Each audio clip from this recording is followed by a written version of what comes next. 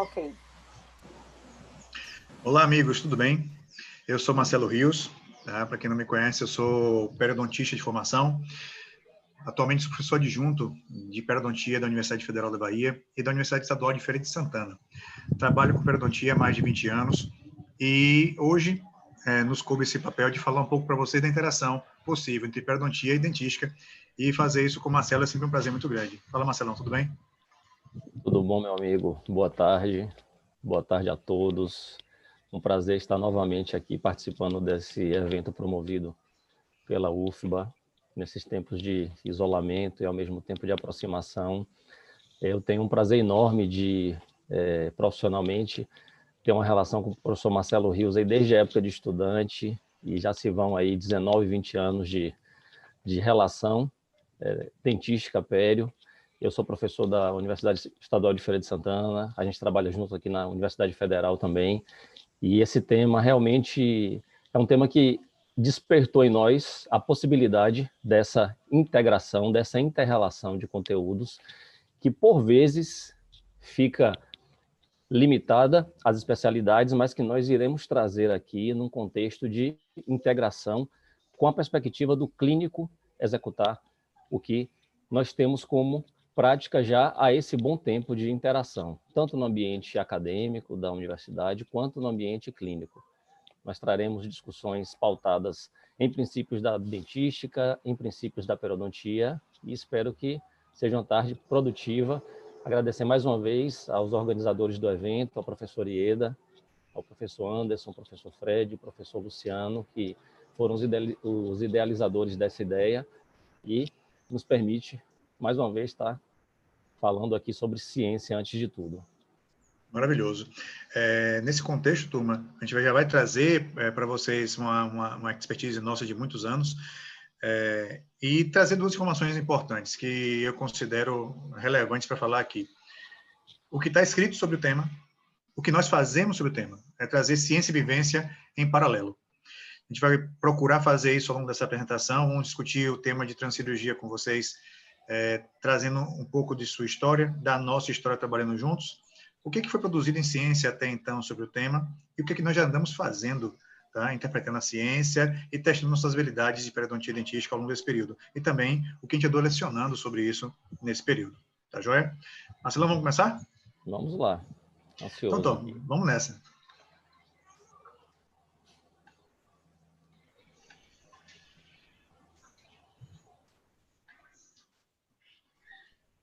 Ok, meus amigos, então a proposta da gente é essa.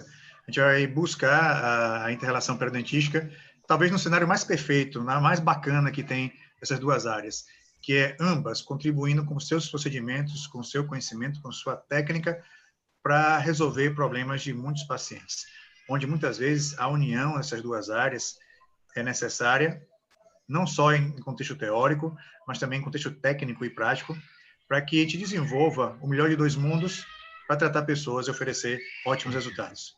Tá joia?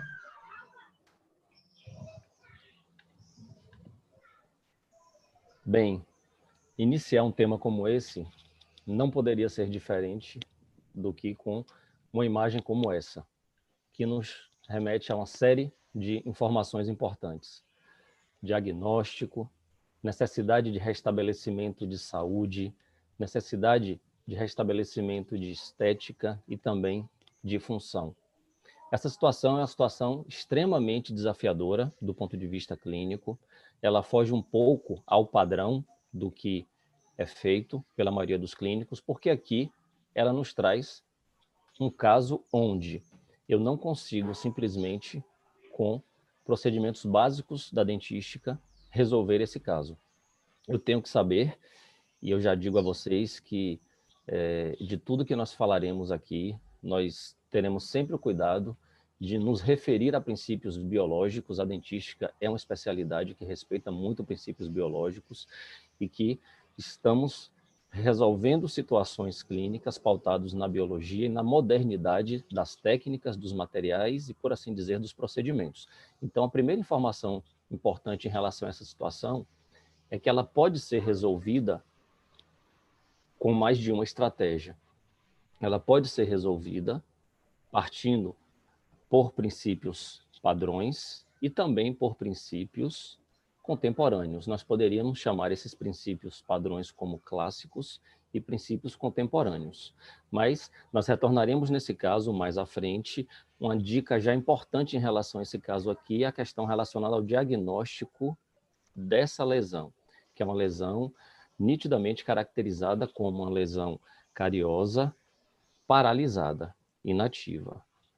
Então, dentro dessa perspectiva, imaginando esse cenário do clássico e do contemporâneo, o que poderíamos falar já de início em relação ao clássico? Classicamente, uma situação como essa seria resolvida da seguinte forma: nós abordaríamos inicialmente a lesão de cárie e, em que pese a mesma estar paralisada e já ser passível de receber uma restauração definitiva, a condição periodontal da lesão, o fato dela estar subgengival, inviabilizaria a resolução dela naquele momento. E nós partiríamos para, nesse primeiro momento, inserir um determinado material provisório num primeiro momento, numa primeira situação. Esse material provisório, idealmente, deveria ser um material com boas propriedades. Num segundo momento, e assim poderíamos imaginar num segundo encontro com o paciente, deveria ser realizada aí uma cirurgia periodontal, um procedimento de acesso àquela região. Após essa cirurgia, esperaria-se por uma cicatrização e, num terceiro momento, nós iríamos fazer, após o reparo da ferida cirúrgica, a restauração definitiva. Essa é uma visão clássica para a resolução desse problema, que muitas vezes é a possibilidade que nós temos de utilizar. Nós não estamos questionando essa possibilidade. Nós estamos agregando um pouco de conhecimento e novas possibilidades para tornar um pouco mais prático esse procedimento. E aí, é bem verdade, vem a visão contemporânea. É verdade, Marcelo. O tradicional não vai deixar de existir nunca. Essa abordagem que você trouxe para a gente, ela é usual, a gente faz bastante ainda situações como essa. E quando nós pensamos o caso que mostramos anteriormente e buscamos mudar um pouco a visão na abordagem, a gente intitulou de contemporânea, a coisa seria um pouco diferente. Observem que Marcelo trouxe um relato clássico de 3 etapas, pelo menos. Qual a opção que nós temos mais contemporaneamente? Fazer um acesso cirúrgico periodontal de imediato. E, nesse mesmo momento, entregar o caso para a dentística para a escavação da lesão de cárie, em seguida, partir para a restauração definitiva. Restaurado o dente, nós agora partimos para deixar o local fechado com suturas e permitir que a natureza faça parte dela. Todo esse evento em apenas um único passo clínico. E essa condição de fazer um acesso cirúrgico periodontal para possibilitar uma restauração direta de unidade foi o conceito mais clássico de cirurgia, de procedimento transcirúrgico. Tá? Esse conceito veio de 1997 por Newton Fall, quando ele trouxe a descrição de um caso bem avançado, onde a perspectiva de restauração transcirúrgica foi abordada. E lá ele pontuou o conceito que a gente usa mais rotineiramente para descrever transcirurgia, que é esse daqui. Tá? Nada mais é do que uma restauração feita durante o procedimento de acesso cirúrgico periodontal. Tudo isso é uma etapa única. Observem que essa informação chegou em 97, no século passado. Depois disso, eu e Marcelo tivemos a oportunidade de trabalhar juntos e quase que 10 anos depois do estabelecimento do conceito, nós partimos para investigar um pouco mais essas possibilidades. E não sei se Marcelo vai lembrar dessa revisão que a gente produziu, Marcelão. Com certeza. Nos idos lá de 2001, nós começamos a perceber a necessidade de tentar otimizar a realização de procedimentos restauradores em condições que eram críticas. Se fizéssemos uma investigação à época do que causava falha em restauração, nós iríamos nos deparar já naquele ano de 2001 com as situações das restaurações em regiões de classe 5, ou eventualmente as classes 2 e as paredes gengivais dessas classes 2. Então, o que nós fomos buscar naquela época quando nós nos deparamos com aquele trabalho? Existe literatura que contemple a possibilidade de se fazer uma restauração durante um procedimento cirúrgico? E o que nós tivemos dificuldade de encontrar nessa época? Essa literatura. Nós tínhamos já vasta literatura que falava sobre a necessidade de se criar uma condição de acesso a uma cavidade, e esse acesso a essa cavidade era permitido muitas vezes por conta de diversas técnicas cirúrgicas periodontais, mas nós não tínhamos literatura que amparasse ainda a resolução da situação em um tempo único, digamos assim. E aí, ao buscar essa literatura, nós fizemos uma vasta investigação e encontramos alguns trabalhos, sim, que já começavam a mostrar um cenário onde as propriedades melhoradas da resina, uma melhor característica relacionada à lisura superficial, permitia que a colocação de um retalho posicionado sobre essa região poderia sim ser viável, desde que algumas condições fossem respeitadas. Partindo desses relatos da literatura que nós tivemos acesso na época, nós escrevemos esse trabalho, que foi um trabalho publicado em Portugal, e um trabalho que teve uma repercussão bacana em relação a essa estratégia de procedimento. E nos fez pensar na viabilidade de fazer esse procedimento de forma mais corriqueira, de forma mais rotineira e de forma mais oportuna quando viável. Nós temos situações que viabilizam a realização desse procedimento ou não. Algumas condições devem ser respeitadas e inviabilizam. Percebam que o título do nosso trabalho é Integração Biológica da Periodontia com Técnicas Restauradoras Diretas. Ou seja, quem vai ditar a possibilidade ou não da realização desse procedimento é, em última instância, a biologia. E é sobre isso que nós falaremos também aqui ao longo de nossa explanação. É bem verdade, Marcelo. Quando a gente avaliou essa possibilidade na época, enchia os olhos muitas vezes você pensar em fazer procedimentos de 2 áreas no mesmo instante, em sessão única, e já começar a resolver demandas objetivas de alguns casos. A grande pergunta na época, quando nós começamos a trabalhar mais com esses casos e revisamos a literatura naquela data, era se, de fato, eu poderia fazer esse procedimento como rotina. Porque parece muito encantador você conseguir resolver demandas de 2 áreas de um problema clínico bem peculiar e, em uma única sessão, resolver tudo que é necessário. Dá para fazer como rotina? Até possível fazer muitos casos de transcirurgia, mas o que nós identificamos na época é que tem alguns elementos que são importantes para serem analisados. Tá? É o que nós chamamos na época de grandes questões para indicar a transcirurgia. E 5 eventos pareciam se repetir na literatura sobre essas possibilidades. Por exemplo, não ter queratina ao redor da região que vai ser oferecida em transcirurgia. Levaria o caso para a resolução de 3 etapas, por exemplo. Ou ainda, durante o procedimento, eu não consegui delimitar com muita clareza onde termina o tecido gengival doente e começa o sadio por questões até do fenótipo gengival do paciente. 3, importante, em processos agudos a gente evita manobras como essa.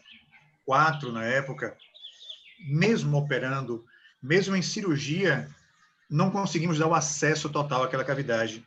E tem um 5º elemento, que eu acredito ser bem importante agora, que é bem definitivo: tempo.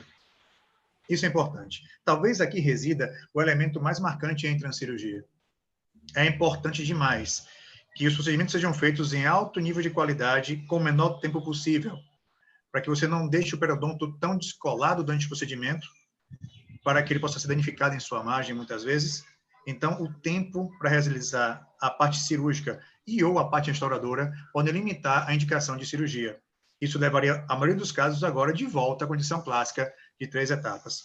Então, pensar em rotina de transcirurgia talvez não seja a palavra inicial, mas pensar na rotina da tomada de decisão para fazer ou não, sim, isso pode fazer muita diferença.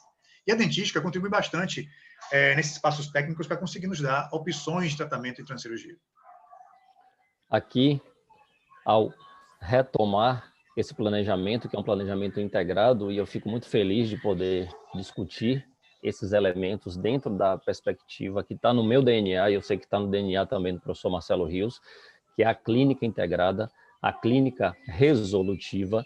Nós partimos aí para analisar elementos da dentística, elementos técnicos e biológicos. Um primeiro elemento extremamente importante a ser considerado diz respeito ao preparo dentário. Nós retornaremos nele comentando um pouco sobre essa mudança de paradigma que aconteceu em relação ao diagnóstico, em relação à abordagem que a dentística dá à doença cárie. que hoje não é mais entendida simplesmente como a presença de uma cavidade. Hoje nós entendemos a doença cárie e nós sabemos que existe uma série de outras situações que eventualmente pode também causar perda de estrutura dentária e daí talvez até essa mudança de nomenclatura. Em vez de falarmos de preparo cavitário, que estaria um pouco relacionado à progressão dessa lesão, nós falamos de preparo dentário, uma vez que muitas lesões que se localizam nessa região crítica não são lesões decorrentes da doença cárie, e sim lesões não cariosas, lesões decorrentes de trauma e por assim em diante. Outro fator extremamente importante, além do preparo dentário, é a proteção pulpar. Percebam que nós estamos falando de uma técnica restauradora relativamente complexa. E por que eu falo relativamente complexa? Porque tem que se criar um acesso para se fazer um procedimento que em outras condições não precisaria. E aí, eu faço alusão aqui ao que está em mais de um livro do professor José Mondelli, um dos grandes autores que nós temos no Brasil e dentro da área de dentística, que relata lá em muitos momentos que sucesso em uma restauração é o fato dessa restauração conseguir preservar a vitalidade pulpar e não causar dano ao periodonto. Então, toda restauração que nós venhamos a fazer tem que ter esse cuidado biológico com a polpa, quando essa estiver viva, e também com o tecido periodontal. Outra situação atrelada à técnica restauradora, e aqui nós podemos falar tanto da técnica restauradora numa perspectiva mais moderna, como até mesmo no passado, onde se tinha o amálgama como a grande opção para a restauração em várias situações, a questão do isolamento. O isolamento ele tem que ser visto com bastante cuidado, uma vez que nós temos que ter um controle efetivo, principalmente quando nós teremos aí a necessidade de se utilizar sistemas adesivos e resinas compostas, como veremos mais adiante também. Na sequência, nós temos aí um outro elemento importante a ser considerado, que diz respeito ao procedimento de adesão, nós voltaremos a ele. Aqui são pontos cruciais para que qualquer restauração fique boa. Mas essa nossa restauração, ela não pode incorrer em falhas. O risco de falha e a necessidade de um eventual reparo ou mesmo de uma substituição aqui é muito mais crítico. Então, cuidados relacionados à adesão também serão discutidos por nós aqui ao longo dessa explanação. Uma outra situação, e aí finalizando o que seria esse protocolo restaurador dentro da nossa restauração, diz respeito à restauração em si, e aí nós teremos que fazer alusão a dois fatores críticos. Um é a seleção do material e o outro é a fotoativação, a qualidade dessa fotoativação, e aqui a gente quer, sem dúvida alguma, mudar ou pelo menos alertar para alguns conceitos importantes e o polimento final, visto que essa nossa restauração não poderá pecar nesse aspecto. Ela não poderá pecar em nenhum aspecto, mas o toque final de especialidade dessa nossa restauração é que a mesma esteja extremamente lisa.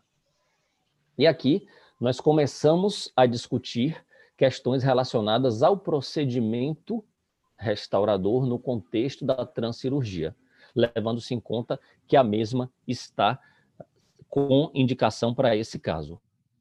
Um primeiro aspecto relacionado ao preparo dentário, e eu não poderia deixar de fazer alusão a isso, é o atual cenário. Quando eu falo de atual cenário, pessoal, eu estou falando do atual cenário já há 20 anos, porque eu, de certa forma, formei nessa filosofia. Eu me formei no ano de 1999 e lá nós já tínhamos o princípio da odontologia minimamente invasiva, que foi extremamente marcante na minha formação e que é na formação dos meus estudantes. Então, o preparo dentário, ele deve ter uma primeira premissa, que é o quê? Conservar a estrutura dental sadia. Aqui, nós fazemos prevenção da extensão. Então, manobras para se remover tecido cariado, por exemplo, fazendo alusão àquele primeiro caso que nós mostramos, caso você tenha essa necessidade, devem se iniciar sempre pelos métodos menos invasivos, como, por exemplo, através da utilização de curetas dentinárias, um instrumento manual, avançando para uma remoção em uma área onde você tem uma resistência maior a essa utilização da cureta. Nós partimos para brocas de baixa rotação,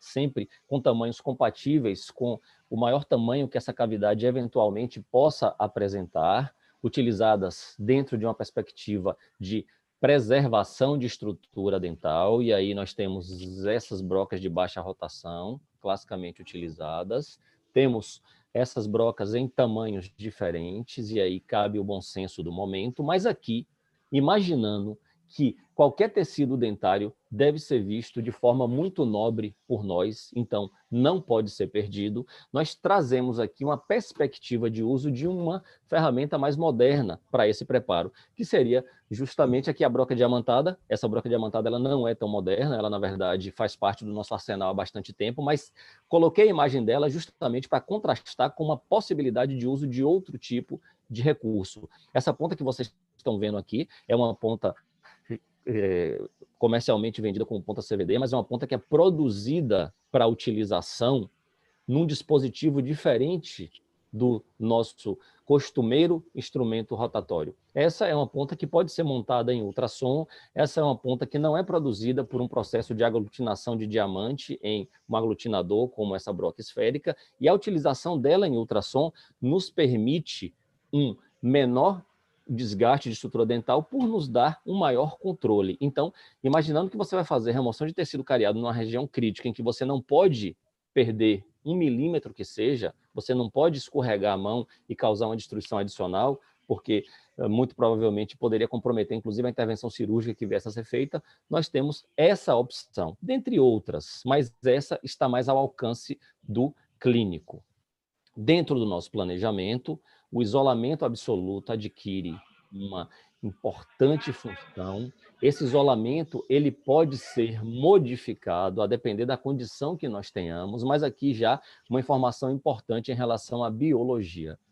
Diante de situações em regiões cervicais, nós temos que ter consciência que a transcirurgia ou o procedimento cirúrgico periodontal ele só vai ser realizado se nós já tivermos esgotado as possibilidades de afastamento desse tecido gengival. Então, aqui, eu resgato na memória de vocês uma modalidade de isolamento, que na verdade não é uma modalidade, mas é uma variação da técnica convencional, aquela mesma técnica que vocês aprendem lá na pré-clínica, nos primeiros passos que vocês dão na graduação, que é a utilização de alguns grampos especiais. Tem um que é bem importante para nós, que é o grampo 212. Nessa imagem, vocês conseguem ver o grampo 212L e o grampo 212R, que são comercializados assim também, ou o mais usual é vocês adquirirem no 212, que é o único. Esse aqui, mostrando claramente a capacidade que esse grampo tem de afastar a margem gengival, empurrar a gengiva e aqui permitir a realização de uma faceta num término praticamente supragengival, que em outras condições estaria coberto por essa gengiva.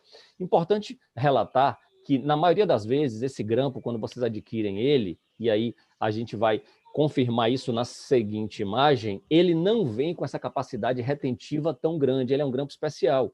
Aqui, para ele conseguir fazer esse afastamento gengival e se manter estável na área cervical de um dente, foi necessária se fazer uma modificação. Modificação essa conhecida como modificação de Ferrier. Você aquece a garra desse grampo, você, através da utilização de alicates específicos, aqui no caso o alicate 121, um segurando o dente, o outro flexibilizando essa garra. Como é que a gente consegue flexibilizar essa garra? Ela foi colocada em uma chama de lamparina por alguns minutos, e aí você consegue uma maleabilidade, e você consegue fazer dobras nessa região, e você torna esse grampo mais retentivo. Ele é bastante útil nesses procedimentos, uma vez que nós estamos fazendo um acesso cirúrgico, e se nós temos que preservar estrutura dentária, nós temos que preservar muitas vezes também osso no entorno do dente. Então, se você consegue fazer a boa adaptação desse grampo, como vocês estão vendo nessa imagem, nós conseguimos avançar na nossa prática de forma bem satisfatória. E aí, essa é uma das primeiras dicas que a gente dá para se preparar para fazer um procedimento transcirúrgico, seja em dentes anteriores ou em dentes posteriores. Nós temos grampos também para dentes posteriores, nós temos o grampo 26, o W8A, que muitas vezes são úteis também nessas situações. Feito o isolamento, claro que nós já temos em mente o material que nós vamos utilizar. E pensando na ciência, e pensando na maioria dos procedimentos que nós temos que ofertar para o nosso paciente enquanto perspectiva e plano de tratamento, em áreas cervicais, nós teríamos 3 materiais. Se fossem dentes posteriores, 3 materiais. Tá? Nós temos relatos na literatura do uso do amálgama, mas eu não quis trazer a questão do amálgama aqui justamente pelo princípio de preservação de estrutura dental, em áreas de classe 5, em dentes posteriores. Aqui, eu trago para vocês as 2 possibilidades e o meu posicionamento quanto a qual das 2 eu normalmente opto. Aqui nós temos a resina composta tradicional e aqui nós temos o ionômero de vidro modificado por resina. Qual são os prós e contras de cada um? Inicialmente, falando do ionômero de vidro, que seria uma opção, e quem dá embasamento para essa opção? A ciência. Os trabalhos que mostram a colocação de restaurações em cimento de ionômero de vidro em área cervical mostram que esse material é um material que apresenta uma certa resistência ao acúmulo de placa. Nós sabemos das vantagens do ionômero.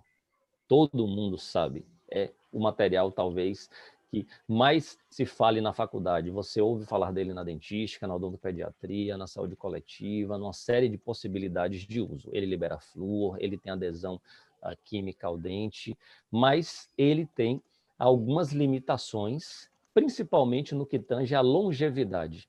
Ele é um material que sofre com a umidade. E mesmo o ionômero modificado por resina, mesmo ele tendo melhoria em suas propriedades de resistência, em suas propriedades de estética, nós temos aí uma solubilidade desse material que eventualmente impacta nesta longevidade. Ora, se nós vamos fazer uma restauração em uma área que vai ficar subgengival, eu preciso de um material que me dê uma longevidade um pouco mais garantida. E por isso, a nossa opção exatamente pela resina composta.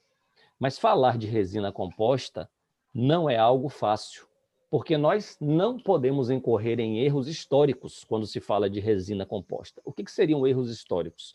Eu vejo isso muito na graduação. Os estudantes se preocupam em escolher uma resina composta pela cor. Ou seja, parece que o compromisso final da restauração é simplesmente com a beleza, quando na realidade a restauração é uma nova parte do dente que você está dando ao paciente. Uma nova parte do dente que vai estar exposta às intempéries da cavidade bucal.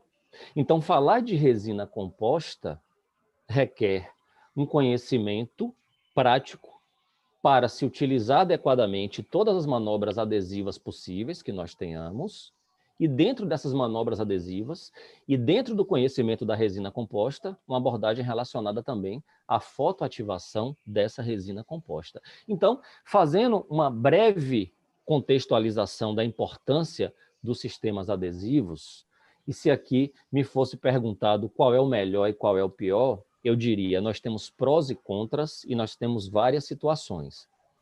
Falar de adesão nos remete lá a 1955 com Bonocore, mas eu não vou tão longe, eu vou ficar pela década de 80, quando Nakabayashi, através dos seus estudos, conseguiu promover uma adesão em dentina mais efetiva, e aí nós temos o primeiro adesivo efetivamente utilizado para adesão em dentina também, uma vez que no esmalte ela já era bem estabelecida. Ele, através dos seus estudos, criou um tipo de material que permitia o trabalho da adesão na dentina, que é um substrato bem mais heterogêneo, e esse material evoluiu para se tornar mais prático. Então, esse frasco que vocês estão vendo na cor verde aí, o Scott Bond, um adesivo de 4ª geração, ele fundiu o primer e o bond em um só, e nós temos aí o single bond e outras marcas que surgiram, mas esse sistema adesivo, ele traz embutido em si alguns problemas quando se fala de dentina. Hoje, nós sabemos dos problemas inerentes ao despertar das metaloproteinases que ocorrem nessa dentina quando você faz o condicionamento com ácido fosfórico. E esse despertar, por mais que nós consigamos controlar utilizando técnicas modernas, como, por exemplo, a colocação de clorexidina nesse substrato pós-condicionamento ácido, ele não supera as vantagens que um novo tipo de adesivo nos dá em relação à utilização na dentina. esse adesivo, coloquei a imagem de um adesivo clássico, um adesivo autocondicionante, que seria um adesivo de 6ª geração, o adesivo Clearfill, esse que vocês estão vendo, ele é bem pesquisado, ele talvez seja o padrão ouro desse grupo de adesivos, ele traz em si uma nova molécula, o 10-MDP, que permite o quê? Que permite funcionalmente a união dele à estrutura dental, e fatores relacionados ao condicionamento ácido aí já ficam um pouco esquecidos por nós, já não são mais tão problemáticos. Mas o problema dele é que a sua utilização no esmalte não é tão efetiva. Então, veja, eu resolvi o problema da dentina, mas eu criei uma situação no esmalte. A perspectiva de uso amplo por parte de outros fabricantes dessa molécula, que foi uma patente por bastante tempo da Curaray, permitiu o surgimento de outros adesivos autocondicionantes e também dos atuais adesivos multimodos, ou universais ou multimodais, que são esses últimos que vocês estão vendo aqui. O que é um adesivo universal? Um adesivo que pode ser utilizado de forma convencional, na técnica do Total Etch, popularmente conhecida, ou na técnica do Self-Etch. E qual seria o melhor dos mundos? O melhor dos mundos é a utilização de uma técnica mista, que mesmo nos adesivos autocondicionantes nos mostra o melhor resultado, que seria o quê? Fazer o condicionamento seletivo com ácido fosfórico do esmalte, uma vez que a parte autocondicionante do adesivo não é tão efetiva nesse substrato. Então, você faz o condicionamento seletivo no esmalte e você aplica o adesivo multimodo, você aplica o adesivo universal, que aí você não tem os problemas decorrentes da colocação desse ácido fosfórico na dentina. Aí você consegue o melhor dos mundos, que é um adequado selamento da margem de sua restauração e uma efetiva união na dentina, sabendo que essas metaloproteinases não vão ser acordadas, entre aspas, e degradarão essa interface de união entre o sistema adesivo e entre a dentina. Então, aqui um primeiro ponto extremamente importante no nosso procedimento restaurador. Um segundo ponto extremamente importante no nosso procedimento restaurador é a fotoativação. E aí, eu já trago de cara essa imagem contrastando o tradicional, esse aparelho que vocês estão vendo, é um aparelho de luz halógena de excelente qualidade, com LEDs de 3ª geração. Sempre foi assim? Sempre existiram os LEDs de 3ª geração como existem hoje? Não. Todos os aparelhos de luz halógena eram tão efetivos como esse que vocês estão vendo. Esse aparelho da J. Morita foi um aparelho que eu tive a oportunidade de utilizar. Ele tinha um radiômetro embutido na sua estrutura. Então, nós podíamos avaliar a potência desse aparelho constantemente. Qual o grande problema dos aparelhos de luz halógena de modo geral? São aparelhos que têm um tempo de vida útil mais curto, são aparelhos que produzem calor, são aparelhos que têm relatos na literatura mostrando que tem até 100 horas de vida útil. Na década de 90, lá no finalzinho, surgiram os LEDs. E aquele LED que surgiu inicialmente, ele era um LED que tinha a perspectiva de 10.000 horas de uso. Qual era o problema daquele LED lá da década de 90? O problema é que ele surgiu com um comprimento de onda muito limitado e com a potência baixa para a utilização. Ele evoluiu para a 2ª geração de LEDs e melhorou-se a potência, e nós chegamos hoje à 3ª geração de LEDs, que são esses LEDs Polywave, que têm a capacidade de emitir a luz em diferentes comprimentos de onda. E para que esses diferentes comprimentos de onda? Se a nossa resina, a princípio, para muitos, só tem um tipo de fotoiniciador. E aí é um equívoco em que muitos incorrem. Hoje nós temos resinas que não têm simplesmente a canforoquinona como primeiro ou único fotoiniciador.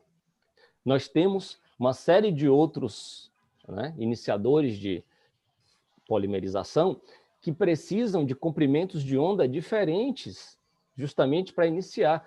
Então, hoje, nós temos que ter consciência que o nosso equipamento precisa ter algumas características, e aqui, pessoal, quando eu falei para vocês que nós temos que mudar alguns paradigmas dentro da dentística, um deles é: eu vou polimerizar por quanto tempo a minha resina? Não sei. O tempo vai ser estabelecido por 2 outros fatores: pela potência do meu aparelho e pela extremidade onde a luz está sendo emitida. Então, a densidade de energia é uma conta onde você precisa colocar a potência do aparelho, que tem que ser suficiente, onde você precisa considerar um tempo médio para que ela seja entregue ao material que vai ser fotoativado, e isso tudo dentro de um contexto de extremidade. Nós temos vários trabalhos aí mostrando que algumas pontas são mais efetivas que outras. Alguns equipamentos são mais efetivos que outros. Por exemplo, o valo é um padrão ouro. Por quê? Porque ele foi estruturado para que a energia que saia da sua extremidade seja exatamente a energia que o seu fabricante anuncia. Mas outros equipamentos, com pontas das mais variadas formas, comprometem esse processo de fotoativação. E quando você compromete o processo de fotoativação, você compromete a qualidade final de sua restauração de resina. E por que eu estou falando de fotoativação em uma aula de transcirurgia? Porque minha restauração não pode falhar. Porque minha restauração precisa durar muito tempo. Quanto tempo? O máximo possível. E hoje nós temos relatos na literatura de restaurações em resina que duram muito tempo na cavidade bucal. Dando sequência, nós partimos aí, e percebam que eu deixei por último a seleção do material restaurador, e no caso a seleção da resina composta. A resina composta, ela não deve ser selecionada simplesmente pela cor. O compromisso em se fazer uma restauração de resina é sim com o restabelecimento do natural, do belo, mas é principalmente o compromisso com a longevidade. Nossa restauração só vai ser bela se ela de fato durar, se ela de fato não falhar. E o que pode causar falha na minha restauração? Infiltração marginal, e essa falha é também decorrente da má utilização do adesivo e da má polimerização. Essa restauração pode falhar por conta de fratura, e aí vem a seleção do material, mas estamos falando de restaurações que vão ser feitas na área cervical. Então aqui eu diria para vocês que dentro dos materiais que nós temos à disposição, eu destacaria aí 4 com potencial de uso para essa região, e aqui não vou me ater a questões de técnica restauradora, vou me ater à questão do material. Posso fazer a colocação de uma resina híbrida na região cervical. Eu digo, se você tiver um outro tipo de resina, opte por outro tipo, mas se você só tiver ela tem trabalho na literatura que embasa a utilização. Ela é uma resina que nos dá uma boa resistência e um bom polimento superficial. Tem alguma resina que seria melhor do que ela? Essa resina híbrida, uma resina que é agregado de partículas inorgânicas aí de quartzo e de sílica, sim. Nós temos as resinas microparticuladas. Só que a resina microparticulada, do ponto de vista estético, ela é limitada, ela é extremamente translúcida, mas ela é muito lisa. Ou seja, eu já posso especular a utilização desses dois materiais. Uma base inicial, que iria me fornecer características de dentina, e uma segunda camada que me daria uma superfície que ia simular o esmalte, não só por suas características ópticas, mas principalmente por suas características, né, de lisura, por suas características de propriedade física. Hoje, nós tivemos a evolução dos materiais restauradores, eu não poderia deixar de citar a nanotecnologia nesse procedimento restaurador. Hoje nós temos as resinas nanohíbridas e hoje nós temos as resinas nanoparticuladas. Nós precisamos de várias características desses materiais restauradores, pessoal. Eles não precisam ter só lisura, eles não precisam ter só resistência, eles têm que ter beleza, eles têm que ter radiopacidade. Então, se nós pensarmos, por exemplo, na composição desses materiais nanoparticulados e nanohíbridos, eles vieram aperfeiçoando as boas propriedades que essas resinas já apresentavam. Então, hoje nós temos resinas que têm componentes cerâmicos em sua composição, hoje nós temos resinas que têm zircônia na sua composição, então nós podemos sim imaginar que a longevidade dessas restaurações vai ampliar bastante, vai aumentar muito. Nós só temos que ter consciência de que de nada adianta ter a melhor resina se você não sabe utilizar o sistema adesivo de forma adequada e se você não sabe as características inerentes ao que é uma boa polimerização. Então, para fazer uma boa restauração transcirúrgica, tem que se investir nesses insumos e aí sim você consegue fazer o procedimento tecnicamente e ter segurança de sua longevidade. A inserção das resinas é crítica, e lembrando que nós estamos falando de resinas convencionais, então estamos falando de resinas que devem ser utilizadas em, no máximo, 2 milímetros. Ah, mas eu ouvi dizer que tem materiais que podem ser utilizados em espessura maior. Exato, eles existem, mas eles não estão indicados para essa região específica. Eles são materiais que são indicados, muitas vezes, para dentes posteriores em outros contextos de uso, que precisam de princípios também relacionados à adesão, à fotoativação, mas que têm uma outra indicação. Aqui, uma referência que eu faço à necessidade de se ter bons instrumentos para inserção, espátulas que sejam inertes Espátulas que não criem amor por sua resina e que quando você comece a tirar ela, a resina grude nela e não queira ficar na cavidade. Então essas espátulas, elas têm que ser, entre aspas, insensíveis à sua resina. Elas têm que colocar a resina onde você pediu e deixar lá. Então, nós temos várias marcas, vários fabricantes, vários formatos. Para quem trabalha com dentística, quanto mais espátula no seu equipamento, no seu instrumental, melhor. Após a inserção, após a fotoativação, após uma boa construção de restauração, após a segurança de que aquela restauração está selando aquela cavidade na qual ela foi colocada, entra aqui a etapa final de nossa restauração, que no caso da transcirurgia vai ser um pouco diferente do que é feito na nossa rotina clínica tradicional. A gente sabe que, convencionalmente, o polimento é feito 24 a 48 horas depois da realização da restauração, mas nós não temos essa possibilidade quando fazemos uma restauração transcirúrgica. Então, o polimento ele deve ser feito na mesma sessão. E o que eu tenho à disposição para fazer esse polimento? Uma série de recursos. Preciso utilizar todos? Não. Mas você tem que ter o compromisso de que aquela restauração vai ter uma lisura superficial que vai permitir o quê? Que vai permitir o reparo da sua ferida cirúrgica ali em cima. E não é simplesmente permitir o reparo, é permitir o reparo e dificultar o acúmulo de placa. Então nós temos aí uma série de borrachas abrasivas, nós temos uma série de escovas, uma série de discos, que em sua grande maioria, esses discos de óxido de alumínio, eles não vão ser utilizados nas granulações mais grossas, evidentemente, brocas de 16 lâminas, brocas de 32 lâminas, que quando utilizadas não promovem nem desgaste de estrutura dental, são feitas especificamente para conseguir cortar a resina, para ajustar essa resina composta, e diante desse arsenal de materiais que nós temos para fazer o polimento, nós temos que ter o compromisso aqui de que nossa restauração, ao final da sua realização, vai estar firmemente aderida ao dente e extremamente lisa. Ela não tem que estar lisa, ela tem que estar extremamente lisa. Por quê? Porque quanto mais lisa ela estiver, mais o periodonto vai gostar. Marcelo gosta muito de usar essa expressão, né, que a gengiva não gosta de resina e vice-versa, mas elas estão se dando melhor. Por quê? Porque todas essas manobras técnicas que a periodontia nos permite acessar são feitas hoje com tecnologia de ponta. A nanotecnologia está dentro da dentística. A nanotecnologia nos permite hoje fazer restaurações com lisura e com resistência extremamente adequados. E a partir daqui, nós começamos a vislumbrar a aplicabilidade clínica desses princípios da cirurgia periodontal e da odontologia restauradora. É bem verdade, Marcelo.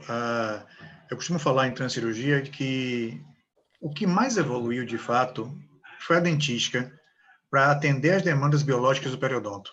O que Peri ofereceu para esse contexto foi o máximo de informação biológica para informar a dentística de como é que seria um cenário restaurador que a gengiva gostasse, que ela curtisse quando fosse feito. Porque em termos técnicos periodontais, eu tenho várias opções. Tá? A periodontia ela participa fortemente da parte técnica de execução de transcirurgia, oferecendo manobras cirúrgicas das mais variadas. Eu posso deixar um caso pronto para ser isolado ou para ser realizada uma restauração transcirúrgica meramente com gengivectomia, muitas vezes. É perfeitamente possível. Técnicas ainda mais simples, bem mais localizadas, como cunhas, como essa que está aqui na foto, por exemplo, permitem remover um segmento gengival e, de imediato, fazer um isolamento com muita segurança. Mas se o caso exigir algo mais arrojado, se o paciente em questão tem a queratina necessária para o procedimento, mas ela é tão pouca que não permite um recorte dessa queratina para ter um acesso a uma cavidade, eu vou ter que pegar essa gengiva e mudar de posição, e um retalho deslocado apicalmente ajuda a expor a região dentária para o procedimento restaurador. Em muitas situações, que é uma interface muito próxima entre periodontia e odontologia restauradora em geral, são os aumentos de coroa clínica com osteotomia. Então, sim, é perfeitamente possível você pensar em cirurgia óssea ressectiva durante uma transcirurgia. Ou, o que talvez seja o mais tradicional, o que mais acontece em transcirurgia são os envelopamentos. Primeiramente, você afastar o tecido periodontal e permitir o isolamento com eficiência. Aqui, algumas manobras que Pério costuma utilizar com frequência no dia a dia da vida cirúrgica do periodontista, no dia a dia da vida cirúrgica de quem gosta de executar cirurgias periodontais e que podem ser facilmente adaptados a um contexto transcirúrgico. E para a gente conseguir alcançar essas ideias, é necessário que a gente comece a pensar como a gengiva pensa, olhar para o periodonto e perceber o que você tem, o que você está querendo me falar com esse seu aspecto clínico, o que eu posso tirar de informação quando olho a gengiva. E para que isso ficar mais claro, talvez, entre a vida cirúrgica e a vida restauradora, vamos começar a mostrar uns casos? Lembram desse? Aqui nós temos aquele canino que apareceu mais cedo na aula. A gente ia observar esse canino com atenção e tem duas nuances para ver aqui, a parte de lesão cariosa e a gengival. E aí a grande pergunta que a gente faz de imediato é, poxa, olhe para a gengiva, o que ela pode te falar aqui? Bom, de coisas assim, importantes, ela tem um aspecto liso e brilhante, isso denota alguma forma de inflamação, alguma coisa está incomodando essa gengiva. Em que pese, o tom rosado ainda está presente. Quando eu observar isso, deve ter algum segmento gengival ali que não está curtindo muito a presença de uma lesão dessa natureza em ambiente subgengival. E aí eu posso lançar a mão agora de um acesso transcirúrgico para conseguir melhorar ou resolver a demanda clínica que se apresenta. Gengivectomia, cunha, cirurgia óssea, o que eu posso usar nesse contexto? Você vai ter que sondar o paciente, verificar se existe alguma invasão de espaço biológico. Nesse caso, por exemplo, a invasão não foi percebida, isso foi uma coisa bacana. Isso permitiu, por exemplo, que esse caso fosse avaliado para a gengivectomia. Então, por exemplo, olhar quanto tem de mucosa queratinizada nesse caso e saber que eu posso remover um segmento gengival sem muito prejuízo à saúde do periodonto. Basta observar a questão cosmética aqui agora e pode permitir, sim, que eu avance para a gengivectomia. E nesse cenário de gengivectomia, com uma certa tranquilidade, nós podemos, sim, remover um segmento gengival e, na remoção do segmento gengival, deixar quase que toda a área da lesão cavitada disponível. E é nessa hora que a gente vai pegar esse mesmo caso e vai entregar para a dentística. E aqui, dentro da dentística, eu já vou aproveitar para responder duas perguntas que eu passei o olho aqui e vi. A pergunta da Flávia, perguntando para que a gente fez o aquecimento do grampo. Observe essa imagem, Flávia. Essa retenção só é possível porque nós conseguimos manipular a garra do grampo. E aí, respondendo já na sequência também a pergunta de Ramon, o tempo ele tem que ser muito bem calculado. Se você verifica que no procedimento cirúrgico você está tendo uma demanda de tempo muito grande, a gente volta para o normal, a gente volta para o clássico. Nessa imagem, eu gostaria de destacar algumas questões extremamente importantes. Por que está sendo feita uma restauração definitiva já nesse dente? Porque essa paciente me apresenta uma lesão de cárie estagnada. Mesmo tendo a cavidade, a paciente de alguma forma, através de um programa de adequação do meio ou de uma melhor orientação para a higiene oral, mesmo com a cavidade, ela conseguiu expor essa região a um controle mais efetivo de biofilme e a doença estagnou. A partir daqui, eu posso sim especular a possibilidade de se fazer a restauração definitiva, desde que haja condição para isso. Percebam que o grampo precisa estar ancorado em uma área saudável. Observem que ele está firmemente superposto ao esmalte. Eu não poderia, por exemplo, colocar esse grampo muito próximo da margem da cavidade, porque durante o procedimento restaurador ele poderia escorregar. E se escorregasse, eu teria aí completamente perdida toda a estratégia de planejamento que eu teria feito. Então eu tenho que ter essa segurança, eu tenho que ancorar ele numa área segura. Uma segunda informação importante é que vocês devem estar vendo aí a presença de Godiva estabilizando esse grampo. Então esse grampo ele é mais bem utilizado em alguns grupos de dente, mas eu já fiz procedimentos transcirúrgicos, por exemplo, colocando ele em premolares, colocando ele em caninos e conseguindo essa efetiva, né, situação que vocês estão vendo, que é o afastamento da margem gengival isolada e o controle de umidade efetivo na região. A partir daí, é o que nós discutimos anteriormente, a remoção do tecido cariado de forma extremamente conservadora.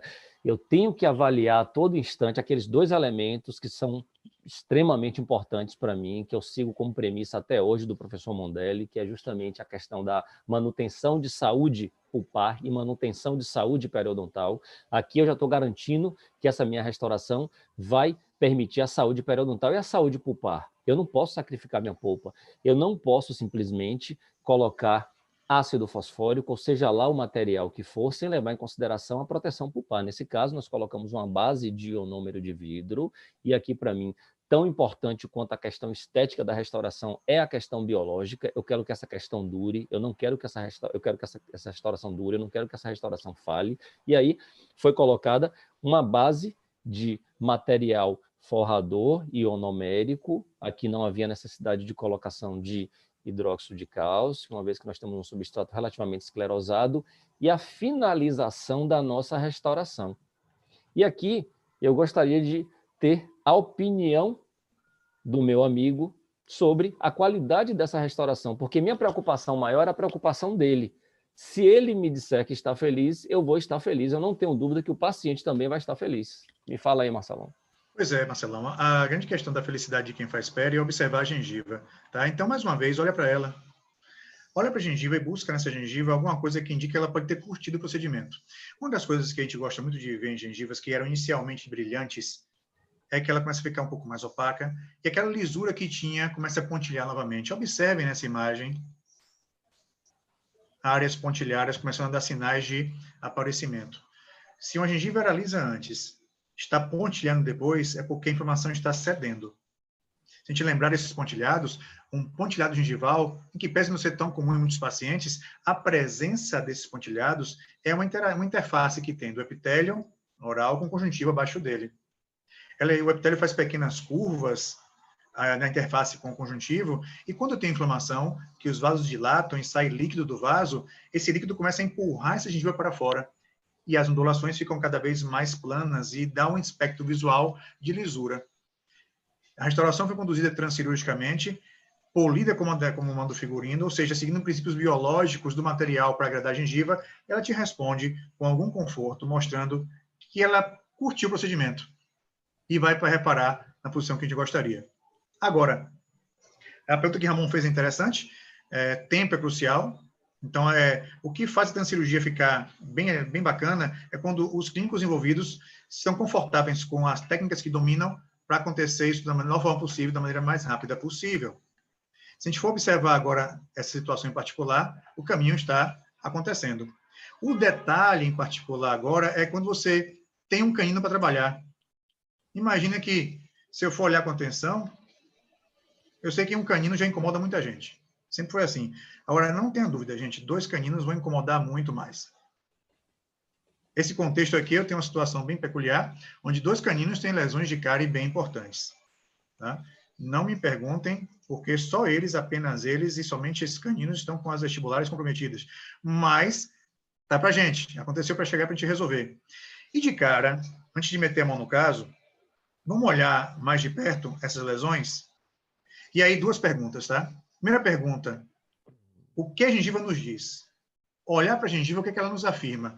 Encontra lisura de novo, encontro levemente avermelhado, encontro uma situação onde parece que tem algo que incomoda a gengiva, e muito mais marcante aqui do que aqui. Porque na primeira imagem, a gente percebe uma extensão subgengival imediata da cavidade. Na imagem vizinha, ainda há um arcabouço supragengival, mas já indicaria para a gente que talvez, durante o processo de dentística, essa cavidade fosse ao ambiente subgengival. Então, eu preciso, de alguma forma, deixar o dente em condições que a gengiva goste de olhar para ele. Mas não somente a gengiva nos dá informação. Talvez as lesões de cárie também digam alguma coisa, né, Marcelo? Com certeza. Aqui, nós temos que fazer uma análise criteriosa desse aspecto cavitário. Esse caso é um caso que foi conduzido pela professora Carolina Miranda, na época em que a mesma ministrava aulas lá na Unime, e, gentilmente, nós vamos comentar aqui esse caso, que é um caso muito bonito. Observem que o professor Marcelo falou da questão periodontal, e aqui nós temos que voltar novamente às questões do diagnóstico. Aqui, essas lesões me denotam o quê? Atividade ou inatividade? Óbvio que você tem que recorrer a alguns conhecimentos técnicos, como aspecto visual, como dureza, como a presença de sintomatologia só ao estímulo. Então, eram 2 dentes que tinham vitalidade, eram 2 dentes que tiveram a progressão da doença até o ponto de promover a formação dessa cavidade, mas, mais uma vez, o paciente, através de uma mudança de perspectiva sobre saúde bucal, o paciente passa a fazer um controle mais efetivo de placa e consegue controlar a progressão da doença mesmo em dentina. Isso é provado cientificamente. O que ocorreu à professora Carolina na condução desse caso, esse caso inclusive foi publicado, justamente o tratamento associado. E aqui tudo, com certeza, foi muito bem planejado em relação ao tipo de acesso cirúrgico, que o professor Marcelo vai comentar, e também a possibilidade de se fazer a restauração, caso muito bem conduzido, que a gente vai discutir aí as etapas técnicas na sequência, após o professor Marcelo criar um acesso para que nós consigamos restaurar. É por isso que a gente vai começar de pério. Vamos começar pela periodontia. Observem que aqui foi uma gengivectomia. E detalhe, a gente foi um pouquinho mais arrojado. A paciente tinha bolsas supraósseas nessas regiões de incisivos e os caninos para tratar. E decidimos resolver tudo na demanda cirúrgica só. Então, eliminamos a parte supraóssea das bolsas e acessamos por envelopamento os caninos. Afinal de contas, eles tinham uma margem de queratina um pouco menor do que teria a região que foi operada. Agora que o acesso está criado, nós tratamos uma condição periodontal, possibilitamos o acesso às cavidades, automaticamente, na hora, a gente já devolve para a dentística. E aqui, cada imagem, por mais que pareça repetitiva, não é. Aqui mais uma dica extremamente importante. Utilizando a palavra do professor Marcelo Rios, mais um insight extremamente importante. Ao fazer um procedimento transcirúrgico, nós temos que ter um cuidado adicional com relação ao isolamento. Se você precisou isolar um único dente, ótimo, mas se você precisou isolar um grupo de dentes, como esses que vocês estão vendo, lembre-se sempre de fazer os menores orifícios com o seu perfurador. Para incisivos inferiores, nós já teríamos aí a necessidade de se fazer esse uso do menor orifício. Mas para outras situações, você vai trabalhar, por exemplo, em um dente que exigiria uma plataforma maior de diâmetro lá do seu perfurador, tente fazer um orifício menor para que você consiga ajudar a compressão da borracha. Observe aí na imagem que nós temos aí o retalho aberto. Não foi feita a sutura ainda. Por quê? Porque a sutura vai ser feita em conjunto, mas permitiu que o operador tivesse acesso a remover o tecido cariado, que eventualmente tenha sido necessário ser removido, acessar a cavidade de forma limpa, de forma totalmente com controle de umidade, e após essa remoção, o mesmo cuidado que eu falei anteriormente, que nós não podemos perder de vista. O cuidado com a saúde periodontal nós já estamos tendo, fazendo esse procedimento com todo esse rigor técnico, vem na sequência, após a remoção do tecido cariado, a capacidade de você identificar aí saúde dentária. O que vocês estão vendo é dentina esclerosada, é um tecido extremamente saudável, extremamente, entre aspas, impermeável, um tecido resistente a uma possível nova desmineralização. E aí você faz lá a sua manobra de proteção pulpar e após essa proteção pulpar, você finaliza a sua restauração. E percebam que vocês já estão aí detentores de algum conhecimento. Que tipo de resina eu vou utilizar? Eu posso utilizar uma híbrida. É a melhor? Não. Se eu tiver uma resina nanoparticulada ou nanohíbrida, é melhor. Mas se eu não tiver e tiver uma híbrida e conseguir finalizar minha cavidade com a resina microparticulada, ótimo. O tecido periodontal vai agradecer muito. E aqui, mais um reforço, a necessidade de se fazer o polimento ainda nesse momento. Preferencialmente antes de se remover o isolamento absoluto. Qualquer falha que você evidencie que sua restauração tem, você já faz a reparação aqui mesmo. Depois vai ficar muito complicado, em função da presença de sangue, da presença de uma série de exudatos que podem estar presentes aí no processo de sutura que essa região vai ter. E aí, Marcelo, quem faz transcirurgia gosta muito dessa imagem que vem na sequência.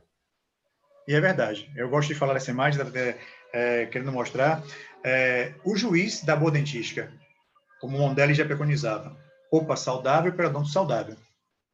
E acompanhar isso, verificar como é que a gente gosta disso tudo, é pegar uma imagem após 6 meses, por exemplo, e observar o que aconteceu. A gengiva relacionada aos dentes que foram transcirurgiados tem um aspecto clínico mais próximo da saúde, em que pese o paciente ter um perfil de higiene que não é o melhor aqui nesse momento, a gente percebe um pouco de cálculo, biofilme, mas observem que a coloração gengival está uniforme, o rosado está presente em boa parte das regiões. É muito indicativo que o procedimento foi muito bem aceito pelo periodonto. E isso nos interessa bastante. É esse julgamento que o periodonto faz para as restaurações feitas nesse contexto. Foquem isso na cabeça de vocês. Juiz de restauração. saúde pulpar, saúde periodontal.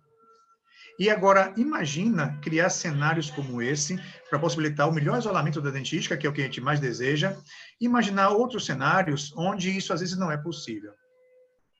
Poxa vida, eu realmente devo extrair um dente que, mesmo em condições transcirúrgicas, não permita o isolamento adequado? O que é que eu posso oferecer em termos de dentística para resolver isso? A gente trouxe esse artigo, que é bem um pouco mais antigo, ele foi em 2010 publicado, porque nessa revista nós publicamos um artigo também de um caso clínico aqui. E folheando essa revista, encontramos esse texto do professor Salum, em Piracicaba, que foi muito interessante. Fratura radicular tratada com restauração transgengival, que é o termo que os paulistas gostam de falar de restauração transcirúrgica. Tudo bem que nós não vamos tomar decisões clínicas baseadas em um único caso, mas olha até onde é possível pensar transcirurgia. Aqui existia um dente com uma fratura radicular, foi feito um acesso cirúrgico, observem a dimensão do defeito que tem aqui, e aqui está a linha de fratura que esse dente apresentava. Era bem importante essa linha. Então, essa linha foi tratada transcirurgicamente, de tal forma que ela foi selada de volta. Notem o detalhe em particular, que é decisivo aqui, e que eu gosto muito de chamar a atenção. Isso aqui, ó. Uma bomba de sucção a vácuo na área mais crítica da cavidade transcirúrgica, tendo em vista que o isolamento poderia não ser conseguido da melhor forma. Isso é um indicativo técnico que permite pensar a transcirurgia para casos mais avançados. E esse indicativo técnico, ele nos permitiu avançar um pouco mais e fazer as coisas um pouquinho mais arrojadas. E pensando nessa perspectiva, eu gosto muito de trazer um caso que eu considero muito didático às vezes. Aqui está o caso do artigo de professor Salum, antes e depois, sobre a saúde gengival no processo.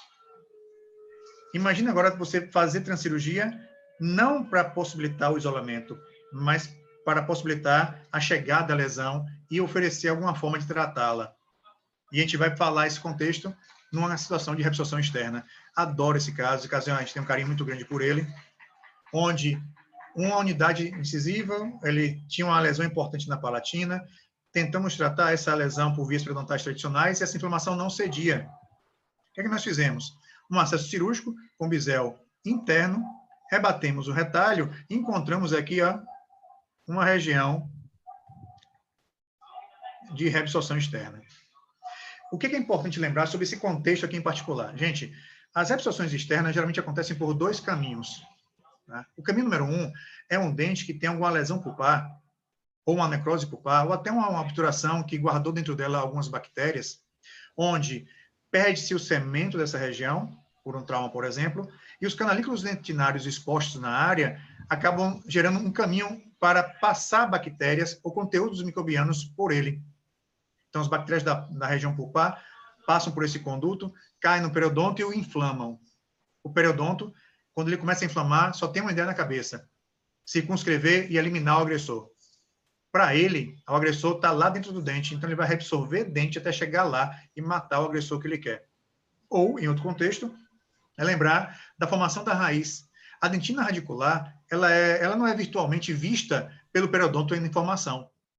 Então, mal a dentina radicular aparece, cemento se forma naquela área e o periodonto meio que não vê a dentina e passa a se comportar como um antígeno sequestrado. Não passou pelo fenômeno de tolerância imunológica. Então, uma fratura de cemento que expõe essa dentina pode fazer meu corpo interpretar a dentina como estranha e a reabsorção externa acontece. São dois caminhos que fazem com que o periodonto olhe para a raiz e não goste muito dela. Nesse momento, a gente já sabe que o isolamento pode não ser viável. Então, utilizando a premissa do professor Salum, sucção na área mais crítica da cavidade, entrega o caso para a dentística. Restauração feita sem o isolamento absoluto, mas quando eu falo sem o isolamento absoluto, eu não quero dizer com umidade, eu não quero dizer com contaminação, e aí eu faço alusão ao que o professor Marcelo Rios acabou de dizer, com controle efetivo, lembrando que é uma cavidade extremamente pequena, uma cavidade que com 2 incrementos de resina composta você consegue fazer ali a adequada polimerização, você consegue restabelecer lisura nessa superfície e o resultado final desse caso é realmente impactante diante dessa primeira imagem. Então, nós temos aí a realização da restauração feita de forma rápida, de forma efetiva, a sutura, E aí agora é saber, Marcelo, se a gengiva gostou do que foi feito. Então, se a gente seguir a ideia de Mondelli, que um dos juízes de uma boa restauração é o comportamento gengival, a gente tem esse caso como ele começou, a gente tem esse caso 3 meses depois, observe um arcabouço gengival, e tem esse caso 14 anos depois. A gente não tem dúvida, do ponto de vista clínico, que transcirurgia é perfeitamente viável. Acredito muito nisso, Marcelo, também. Temos um contexto clínico que mostra cenários muito bons e nós podemos arrojar mais informação e mais técnica ainda. Observem agora, se a gente pegar o clássico lá de Newton Fall, onde ele conceituou para a gente a transcirurgia, e saber se eu tenho mais ciência contemporânea que embasa isso, temos à vontade. Temos artigos em histomorfometria em cães, mostrando que o tecido gengival se comporta de forma muito adequada sobre restaurações. Nós temos cenários também de técnicas restauradoras avaliadas frente a manobras cirúrgicas periodontais diferentes. Temos também materiais distintos e técnicas de polimento distintos e avaliando como o periodonto responde a essas demandas. Então, tudo que a gente mostrou até aqui, por enquanto, tem ciência e tem clínica do que já foi feito. Tem tanta ciência e tanta clínica disponível que a gente pode avançar mais. E avançar bem mais. E aqui, Marcelo, acho que a gente pode pensar muita coisa interessante. Nesse avanço, eu gostaria de inserir mais 2 outros contextos, porque veja que nós, a todo instante, falamos de biologia e continuaremos falando. Mas nós temos demandas atreladas a questões estéticas e, muitas vezes, atreladas a um outro elemento que hoje tem permeado muitos casos clínicos que nos aparecem nos atendimentos das mais variadas naturezas, né? No serviço público, no serviço privado, que é justamente a presença de lesões não cariosas e a sua associação com a hipersensibilidade dentinária. Essa área é uma área realmente que sempre nos trouxe dúvidas, para muitos ainda é extremamente difícil de ser tratada e que nós temos dentro dessa associação de técnicas, muitas vezes, a possibilidade de finalizar um tratamento. Nós hoje aqui não vamos nos aprofundar nessa temática, que aí já seria talvez um tema para um outro encontro, um outro momento, mas deixar bem estabelecido que o tratamento de lesões não cariosas, o tratamento de hipersensibilidade, ele sempre vai se iniciar, desde os primeiros estudos de 1908, pela remoção do fator etiológico. Imagine que o fator etiológico foi removido e que você tenha que restabelecer função e muitas vezes estética. E aí nós nos vemos, por exemplo, com 2 desses desafios que estão projetados para você. Situações de pacientes que tinham queixa estética, situações de pacientes que tinham hipersensibilidade, e nós verificamos nitidamente também a presença de lesão não cariosa. São temas extremamente modernos e que, por conta de seu dado epidemiológico tão amplo, nos faz trazer a necessidade de planejar de forma integrada, mais uma vez. Planejar de forma integrada e, dentro desse planejamento, trazer o melhor resultado para o paciente. Isso é bacana, Marcelão. E avançar para situações como essa, que envolve estética e função em muitas situações, e envolve cirurgias periodontais um pouco mais arrojadas, é importante fazer uma pergunta prévia a isso, tá? Tem literatura que apoia isso, tem ciência que mostra um pouco sobre isso? Tem. Tem algumas pessoas que acreditam que isso é possível. Já se foi testado em situações onde eu pego gengivas e coloco sobre materiais restauradores diferentes. Já se foi testado, inclusive, se faz diferença tratar lesões cervicais não cariosas com ionômero de vidro ou resina e colocando sobre essas restaurações a gengiva intencionalmente. Não satisfeito, técnicas de recobrimento radicular, envolvendo muitas vezes enxertos gengivais, colocados intencionalmente sobre restaurações, são capazes de funcionar muito bem. Então, a literatura já traz um viés interessante de resultados bem favoráveis que nos permitem avançar para casos mais arrojados. E esse caso é um caso que é bem bacana. A professora Carolina Miranda também foi uma das executoras desse caso, ela fez a parte restauradora. O que é que foi feito aqui para acessar essas lesões? De cara, é comigo. É a pério entrar para possibilitar o melhor acesso para isolamento e visualizar todas as margens da lesão cervical não cariosa. Feito isso, eu passo a bola para quem interessa. A dentista faz a parte dela. E aí, os cuidados que já foram aqui amplamente discutidos, com isolamento que permita o controle de umidade e as técnicas adesivas que você tiver à disposição, seja utilizando adesivo de quarta, de quinta, de sexta geração, mas o respeito que você tem que ter aos princípios de controle de umidade, como estamos vendo aí com a realização desse condicionamento ácido, e ao se fazer a lavagem, você percebe nitidamente que o término da cavidade está supragengivalmente localizado, permitido, obviamente, pelo grampo, colocação do seu sistema adesivo, polimento e acabamento, ratificando mais uma vez a necessidade de se realizá-lo durante esse procedimento ainda com isolamento em posição e, posteriormente à realização desse procedimento, espera-se que, com o paciente tendo seus fatores etiológicos controlados, como era o caso em questão, que você consiga sanar essa demanda funcional do paciente, porque dentina exposta na área cervical vai muito além do que uma demanda estética. É, sem dúvida alguma, uma demanda funcional, é algo que pode estar compactuando ali para a presença de sensibilidade dolorosa. É verdade. E aqui agora, nesse caso em particular, reparem, a periodontia inicia o processo, permite o isolamento ideal, a dentística faz a parte dela com o manto figurino, e assim que termina a parte de dentística fundamental, esse caso volta para a periodontia. A dentística devolve para a pério, a gente vai lá no palato, pega um pouquinho de conjuntivo emprestado, e pega esse conjuntivo intencionalmente e o coloca sob as restaurações recém-feitas. Uma vez colocado lá, a gente vai pegar esta gengiva que está aqui, original do paciente, deslocá-la no sentido coronal e suturar, de modo que o retalho cubra completamente o enxerto e, por sua vez, cubra também as restaurações. Espera um pouquinho. Eu gosto muito de mostrar essa imagem daqui, que é o pós-operatório de 15 dias. Não é nada bonito, mas não é mesmo.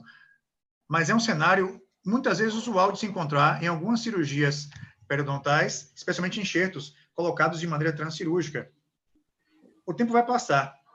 E quando o tempo passa nesse contexto, deixa a resina e o enxerto conversarem. E aí, a condição gengival, ela nos traz o que de fato interessa. A gengiva está perfeitamente saudável, conseguindo recobrir a resina e mantendo uma situação de gengiva muito boa. Esse caso também, por acaso, estava aqui, ó. Nessa mesma revista daquela época, nós encontramos o trabalho do professor Salum, um caso muito crítico de uma fratura, e também deixamos lá o nosso, né, em cirurgia, nesse caso. E foi um caso bem interessante, eu gosto de publicar algumas revistas de cunho bem clínico, porque os colegas perguntam muita coisa por e-mail e a gente vai discutindo casos durante um bom tempo. Agora, um caso dessa natureza, ela envolve uma questão muito mais biológica de saúde. Mas imagina utilizar saúde e estética ao mesmo tempo. Imagina quando o caso é muito estético.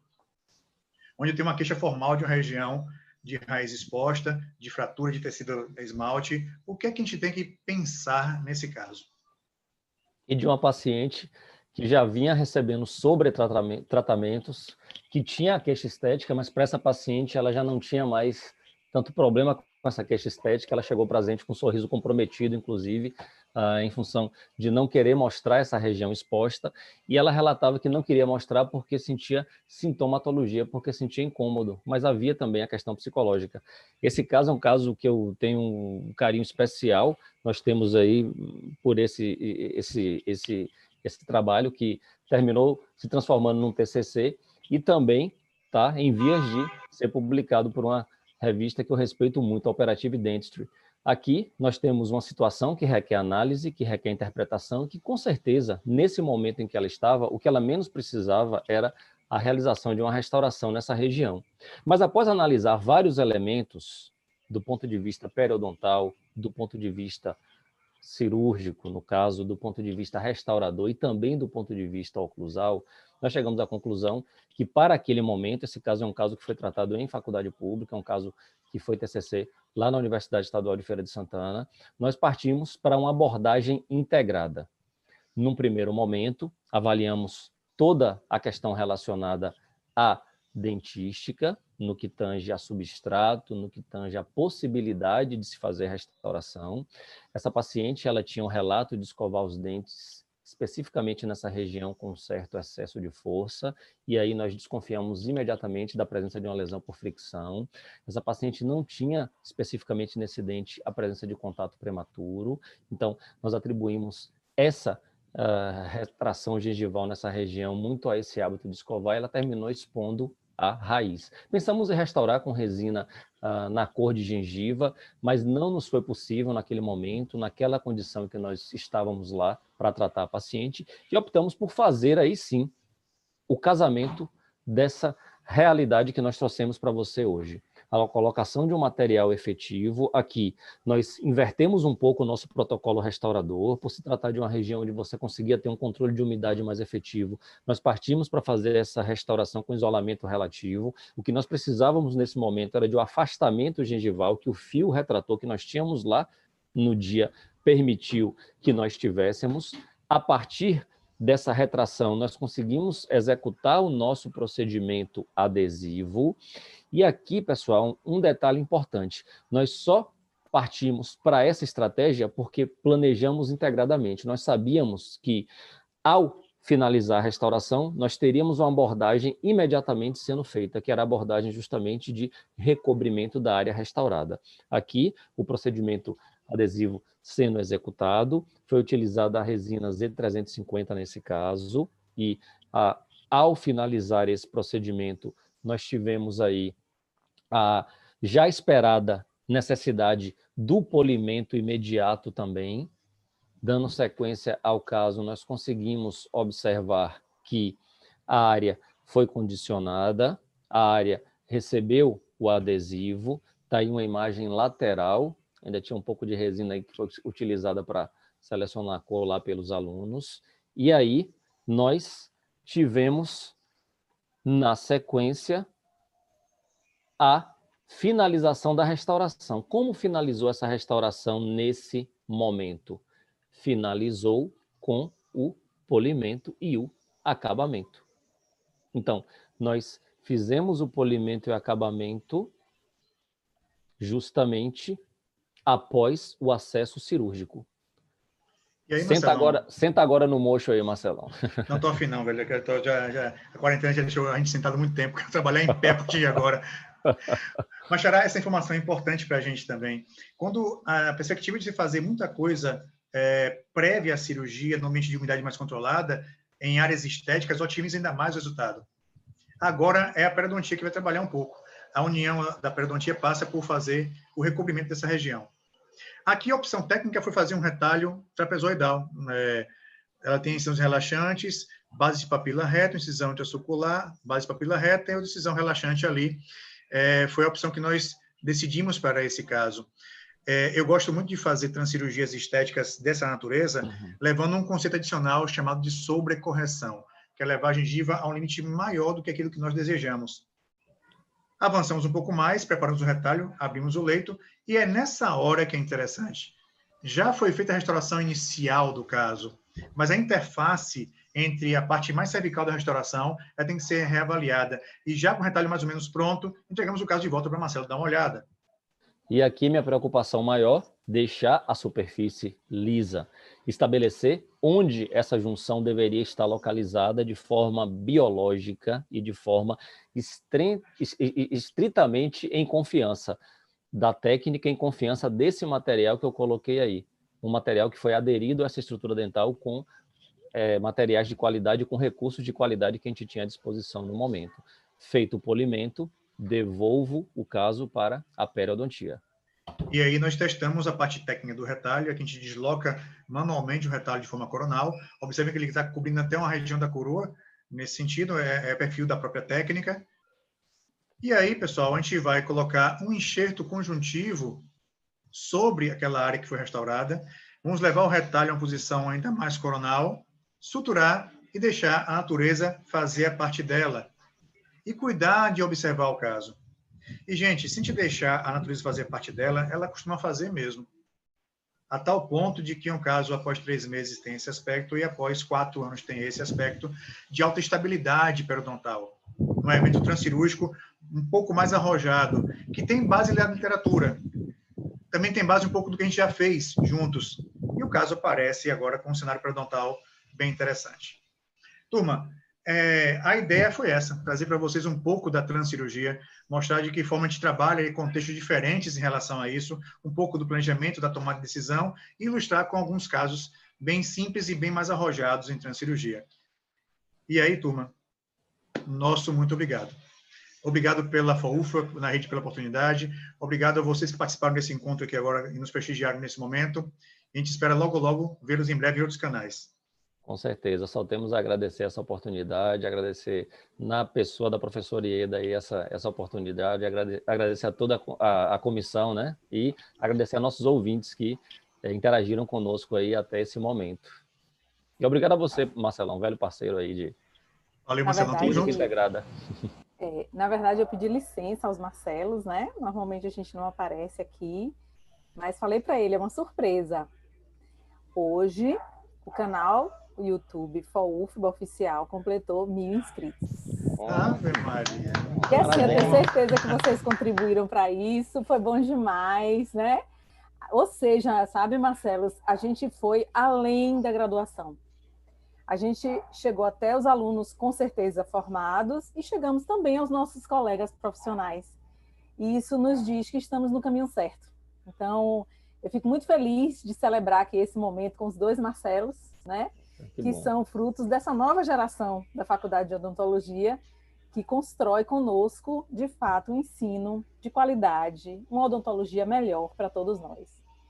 Marcelos, muito obrigada. Então, vamos celebrar hoje. Tá bom? Muito obrigado, muito obrigado, gás, gente. Muita energia e vamos em frente. Até próximo. É de coelho vocês, viu? Valeu. Tchau, tchau. Tchauzinho.